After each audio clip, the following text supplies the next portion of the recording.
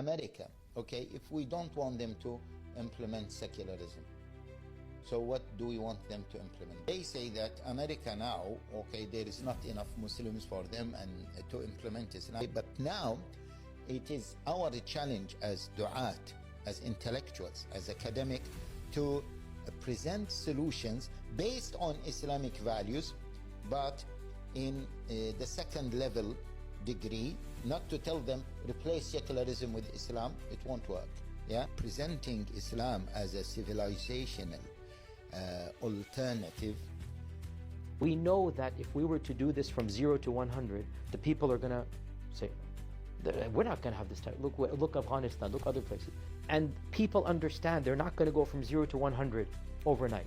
Suppose a Muslim party, an Islamic party, comes in and they start changing. You know what? We want to make sure there's no alcohol being sold. So can we, for the time being, because here's the point, any type of stuff we do, it's not astaghfirullah to substitute the Sharia. No, it's a program to eventually apply the Sharia, right? There is an African saying, let the kite perch, let the eagle perch.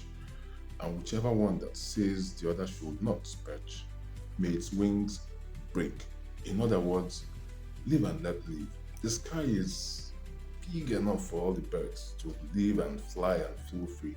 It's always mind-boggling how a group of people will decide that unless everybody conforms to their ways of life, there will be no rest. This is a very sad situation. Look, some countries have decided, they've chosen to be run by secular laws. They do not want to be run by religious laws. And in those secular laws are freedoms that are ingrained in their constitution. Freedom of speech, freedom of association, freedom of religion, freedom of choice. That is how they want to live. And there's a reason why everybody wants to be in those countries. There's a reason why Middle Easterners also leave their beautiful countries in the Middle East to come to the US. And then these people welcome everybody, and they say, okay, these are our laws. And in these laws, you're free to do what you want. You're free to express yourself. You're free to associate and all that. And then some people now will choose that in these freedoms that they found, that the best thing they can do is to impose their own values on the people in these countries, to begin to run these countries like their own countries, the ones that they fled from. So it's because you have those freedoms that you're even able to say what you're saying in the first place. People should learn to live and let live. Live your life and let people live their lives. And when you come to somebody's country, the general rule is when in Rome, you do like the Romans.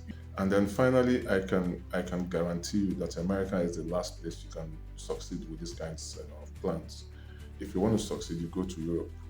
Europe has a different outlook, with respect to human rights and all that. They also try to be politically correct. Americans, as you can see, do not care about political correctness.